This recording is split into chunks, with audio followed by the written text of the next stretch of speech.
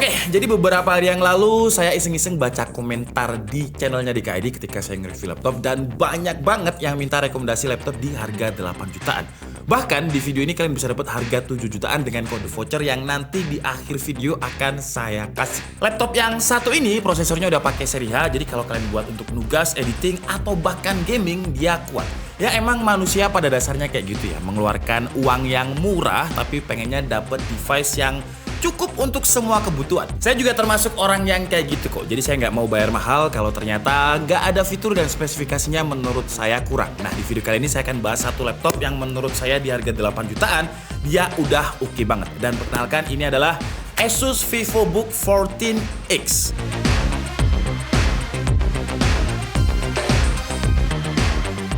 Jadi nama lengkap laptop ini adalah Asus VivoBook 14X M1403 dan saya akan kasih 5 alasan kenapa laptop ini worth it banget di harga 8 jutaan. Yang pertama adalah spesifikasinya. Jadi dia pakai Ryzen 5 5600H. Ya walaupun dia masih 5000 series tapi dia udah pakai seri H. Seri yang biasanya dipakai di laptop tebel, seri yang biasanya dipakai di laptop gaming dengan 6 core 12 thread dan maksimum TDP-nya ada di 45 watt. Untuk sebuah laptop 8 jutaan tanpa discrete grafik Ryzen 5 5600H ini cocok karena arsitektur Zen 3 dari Ryzen bisa kasih performa yang cukup baik untuk menjaga kebutuhan konten kreator dan juga produktivitas. Atau kalau kalian gunakan untuk gaming yang casual, IGB bawaannya yaitu si Radeon Vega 7 pun udah oke untuk gaming dan dia juga udah support AMD FSR. Terus untuk memori RAM-nya karena memang dia masih pakai Ryzen 5000 series ya. Jadi dia pakai DDR4 dengan speed 3200 MHz. Kapasitasnya juga kurang menurut saya karena dia single channel jadinya 8 GB. Tapi tenang aja, masih ada satu slot lagi kalau misalkan kalian pengen upgrade memori RAM. Jadi saran saya kalau misalkan pengen beli laptop ini, sparekan budget lagi biar kita bisa upgrade ke 16 GB dual channel. Karena prosesor apapun kalau udah dual channel performanya akan lebih optimal. Terus kalau untuk SSD-nya dia udah pakai SSD NVMe Gen 3, SSD yang memang dipakai di Ryzen 5000 series ya. Untuk speednya ya lumayan, speednya itu ada di 3000 Mbps karena biasanya NVMe Gen 3 itu kita dikasih 1500 atau 2000 Mbps. Tapi ini bisa dibilang mentoknya NVMe Gen 3 lah dengan 3000 Mbps. Sekarang kita lanjut ke alasan yang kedua, yaitu performanya di harga 8 jutaannya ini. Pertama seperti biasa kita tes di Cinebench R15 dengan skenario rata kanan, jadi kondisi laptopnya dicas dan windownya itu ada di best performance dan hasilnya untuk single core-nya dia dapat skor 222 poin. Dan untuk multi core-nya di harga 8 jutaannya ini dia dapat skor itu 1500 poin dan stabil. Jarang ya kita menemukan laptop 8 jutaan Cinebench-nya bisa 1500 ya, kalau 900 atau 1000 biasanya ada di laptop-laptop tipis yang seri U. Tapi ini kita dapat seri H yang performanya seperti yang kalian lihat kenceng banget. Lanjut ke skenario kedua, karena ini kan bukan laptop gaming, jadi pasti bakalan sering dipakai tanpa dicas. Jadi di skenario kedua kita pakai tanpa cas dan modenya kita ubah ke balance. Memang di sini ada penurunan performa sekitar 2 kali lipat. Dengan single core-nya itu dia dapat 98 poin, untuk multi core-nya sekitar 700 poin tapi tetap masih stabil. Cuman kalau kita ngomongin suhu temperaturnya ya, ketika kita coba skenario rata kanan tadi di Cinebench R15 loop 10 kali, ya dia bisa nyolong-nyolong di 90 derajat Celcius tapi diimbangi dengan CPU package power yang gede, jadi di atas 50 watt. Kalau kita ngomongin sistem coolingnya, ketika saya tes di TimeSpy stress test dia lolos kok dengan skor 97,4%, jadi sistem coolingnya udah cukup bagus. Untuk driver flash track-nya dia dapat skor 801, TimeSpy testnya di 1885. Sekarang kita coba dia untuk editing. Pertama seperti biasa kita coba di Adobe Premiere Pro dengan template yang memang biasanya kita pakai dan kita ekspor ke Full HD dan hasilnya dia mampu merender dengan durasi waktu 10 menit 55 detik. Kalau kita gunakan untuk 3D rendering, walaupun sebenarnya segmentasinya bukan untuk 3D rendering karena dia discrete graphic card, tapi nggak apa-apa, kita coba aja dengan Blender template BMW. Untuk CPU rendernya dia mampu merender dengan durasi waktu 4 menit 40 detik dan untuk GPU rendernya ini sama dengan CPU-nya ya, dengan 4 menit 41 detik. Dan ketika kita render Adobe Premiere Pro tadi, kalau kita lihat suhu temperaturnya nggak seanget di Cinebench R15 tadi. Dengan suhunya itu ya pertama aja dia 75 derajat Celcius, terus stabil di 70 derajat Celcius dan turun lagi di kisaran 60 derajat Celcius. Dan kalau kita lihat di sini untuk CPU package powernya cuma butuh sekitar 25 watt sampai 35 watt. Nah kalau kita gunakan untuk 3D rendering dia lumayan anget ya. Dengan di Blender template BMW itu suhu temperaturnya di atas 90 derajat Celcius tapi sekali lagi diimbangi dengan CPU package power yang gede juga di kisaran 50 watt. Tadi di intro saya mention walaupun dia bukan laptop gaming, tapi karena prosesornya yang Ryzen H series ini, kalau kita gunakan untuk gaming casual, dia masih oke banget. Jadi pertama kita coba dulu di game Dota 2 dengan resolusinya Full HD, grafiknya ada di fastest, dan hasilnya untuk average FPS dia di 97, maksimum FPS-nya 115, dan minimum FPS-nya itu masih di 82 FPS. Jadi walaupun dia drop FPS, nggak nge-lag. Lanjut di game Valorant-nya kita coba di grafik low dulu, dan hasilnya untuk grafik low itu dia dapat average FPS 93, untuk maksimumnya 111, minimumnya 74. Cuman gimana kalau misalkan Valorant ini kita tarik lagi ke high, dia masih oke kok ya, dengan average FPS itu 72 FPS, turun sekitar 20 FPS dengan grafik low, maksimum FPS-nya 99, dan minimum FPS-nya dia dapat di kisaran 45 FPS. Menurut saya kurang sih ya kalau misalkan game FPS itu minimal menurut saya di 60 FPS. Tapi kalau misalkan kalian pengen dapat 60 FPS ya grafiknya ditarik lagi ke low. Game terakhir kita coba di game yang agak AAA lah ya, yang nggak terlalu AAA tapi dia butuh discrete graphic card, yaitu Genshin Impact.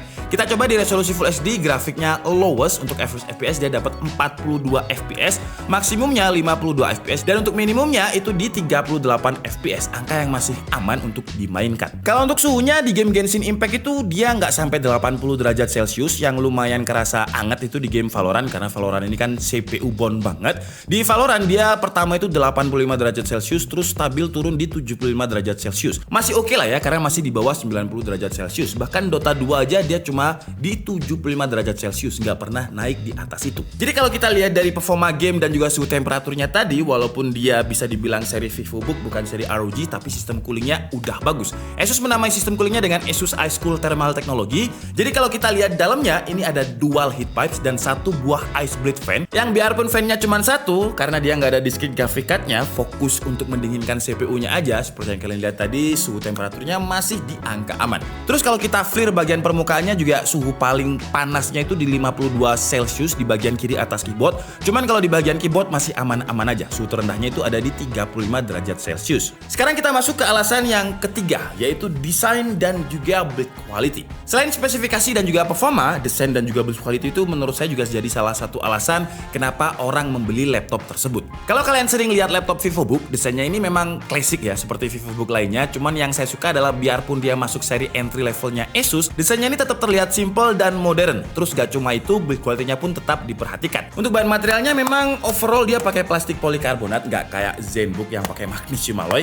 Tapi ini pun juga udah solid walaupun dia plastik. Untuk beratnya dia ada di 1,6 kg dan ketebalannya ada di 1,9 cm. Masih oke lah ya, masih di bawah 2 cm. Tapi sayangnya untuk enselnya ini dia nggak bisa dibuka dengan satu tangan, jadi bagian bawahnya masih ngikut. Untungnya bisa dibuka sampai 180 degree lay. Kalau misalkan kalian gunakan untuk fitur presentasi, ini enak banget. Karena semua 4 orang yang di depan kita itu bisa lihat langsung presentasi kita.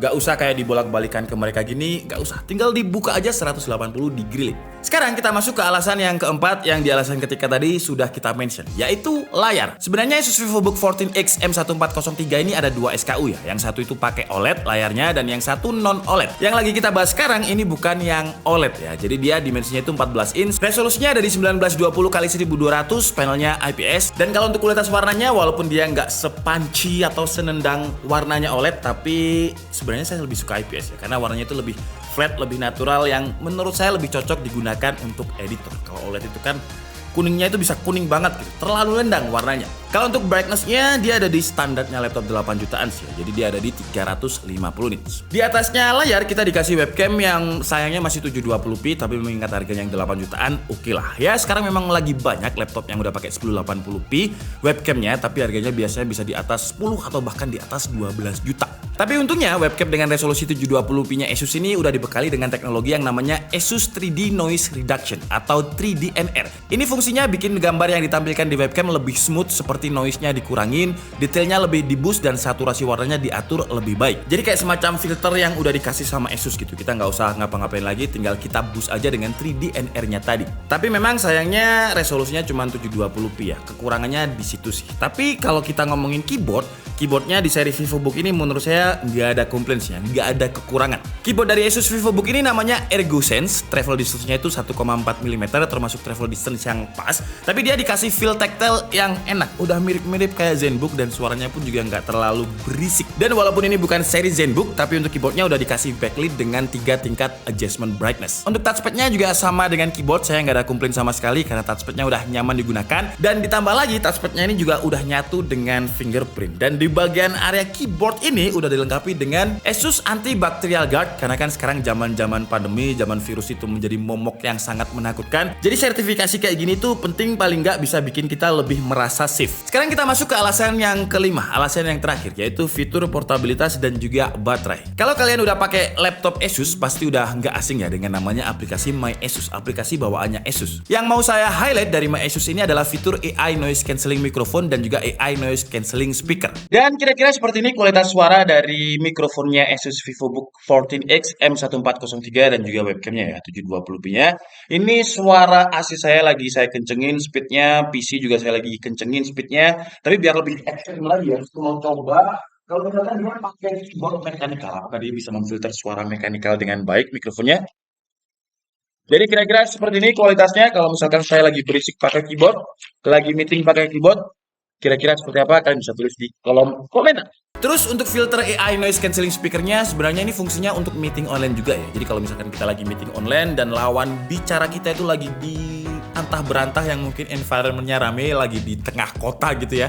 Jadi untuk suara-suara environment itu akan ke filter dan suara orang yang bicara dengan kita itu akan ke enhance. Jadi fiturnya mirip seperti mic AI Noise Cancelling tapi itu speaker. Jadi untuk lawan bicara kita. Lanjut untuk konektivitas di Asus VivoBook 14X M1403 ini dia udah dikasih pilihan port yang cukup lengkap. Kebanyakan portnya ada di sebelah kanan dengan ada port HDMI, terus ada dua buah USB Type A, USB-C, terus ada audio combo jack. Sedangkan di sebelah kiri terdapat satu port USB Type A 3.2 Gen 1 saja. Terakhir untuk baterai, secara kapasitas sebenarnya dia ya standarnya VivoBook, biasanya kan 48 Wh, tapi ini kita dikasih lebih 2 Wh dengan 50 Wh. Dan baterainya ini bisa bertahan cukup lama saat kita tes dengan memutar video playback 1080p mode Wi-Fi dan fan profile-nya ada di standar, dia bisa bertahan 9 jam. 9 jam untuk sebuah prosesor H-series itu menurut saya udah awet banget. Apalagi ini kita coba dengan mode Wi-Fi. BTW untuk Wi-Fi dari laptop ini udah pakai Wi-Fi 6, jadi dia lebih udah stabil dan lebih baru juga teknologinya. Oke lah, jadi itu adalah 5 alasan kenapa saya merekomendasikan laptop 8 jutaan ini kepada kalian. Untuk link pembeliannya seperti biasa nanti kalian bisa langsung cek di kolom deskripsi.